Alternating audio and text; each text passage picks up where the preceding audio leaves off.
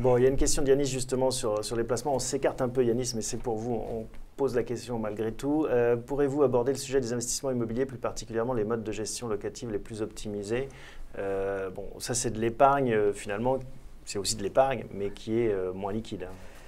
Alors oui, c'est du patrimoine, là, pour le coup. C'est notre catégorie. C'est C'est notre grâce à catégorie. l'épargne qu'on se constitue son patrimoine. C'est ça. On va pouvoir justement nourrir des projets parce que c'est un investissement locatif. Il faut quand même avoir. Ça s'adresse pas à tout le monde, je veux dire. Donc. Et ça, cette idée de patrimoine, elle n'est pas inintéressante aussi, surtout dans une perspective où, je prends l'exemple des retraites, on voit que c'est de plus en plus. En tout cas des perspectives peut-être parfois un peu sombres. Cet outil de gestion finalement du quotidien, d'arriver à faire un budget, dégager un peu de marge de manœuvre, c'est la première étape avant la constitution d'un patrimoine?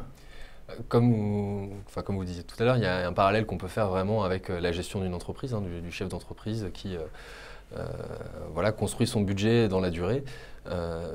C'est la même chose, hein. Enfin, sur du locatif, par exemple, on va avoir tendance à dire qu'il faut un apport de départ. Il vaut mieux déjà être propriétaire de sa résidence principale, ça passe mieux aussi. Et surtout, il faut construire son projet.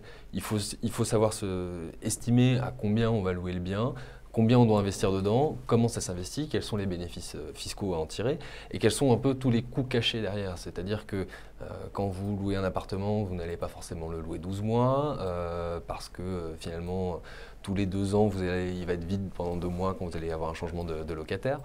Vous avez les frais de gestion locative, vous avez les frais de recouvrement des loyers impayés. Voilà, tout ça, c'est un budget à construire et c'est sur cette base finalement aussi qu'on peut travailler. Donc sur la logique projet, c'est effectivement la meilleure façon, c'est déjà de savoir quelles sont ces marges de manœuvre et les outils des banques, ça permet d'arriver à ça.